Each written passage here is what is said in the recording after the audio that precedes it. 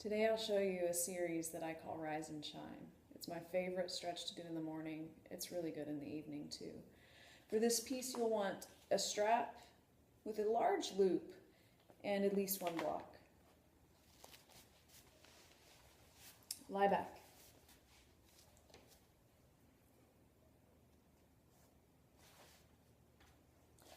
Take the blocks underneath you. I've placed mine vertically side by side here so that the top part of the block is just above the top rim of the sacrum. Bottom part of the blocks will hit somewhere on your glutes. If you only have one block, you can always turn it horizontally. You just want to make sure that the sacrum is supported. The sacrum is the triangular bone in the lower back. Press into the heels, let the lower back relax.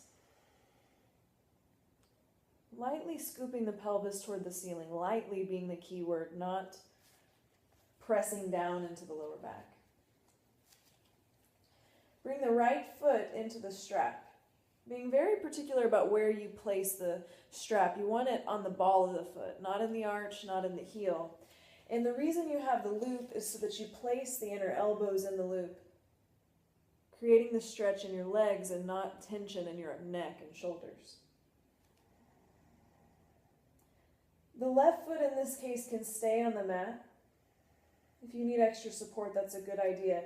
If you'd like to bring in a stretch through the iliopsoas, this polyarticulate muscle that runs from your left side of your diaphragm down into the quadricep, straighten out the left leg. Bend the right knee a little bit. Turn the left inner thigh toward the center line of your body. Then begin to press out through the ball of the right foot, lengthening the back of the knee down toward the mat as you press up through the heel and the ball of the foot. Bring your awareness to the ridge right there where the thigh bone plugs into the right hip.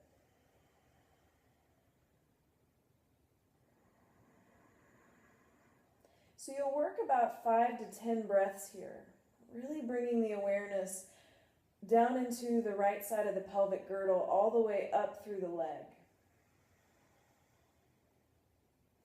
And when you're ready, start to bring it into the iliotibial band stretch, IT band.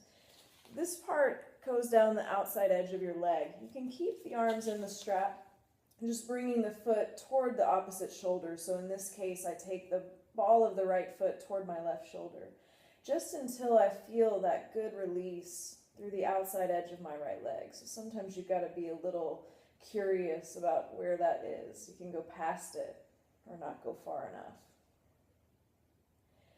If there's tension and pain in the back of the knee, bend just a little bit. But this is one of the few places where it is okay to continue to really stretch out through the ball of the foot, strengthening the tendons behind the kneecap in a really passive way.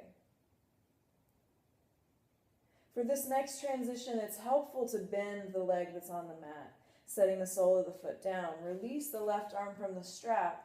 I like to bring the hand onto my left hip, then slide the right foot to the right side of your mat, only going as far as you can keep the left hip rooting down toward the block.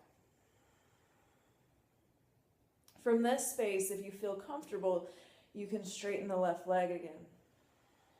If your lower back starts to really bow, then keep the left foot on the floor.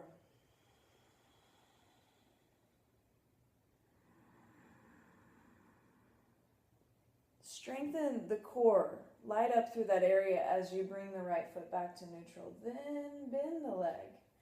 Release the foot from the strap. Setting both feet down, then straightening the legs. This is my favorite part.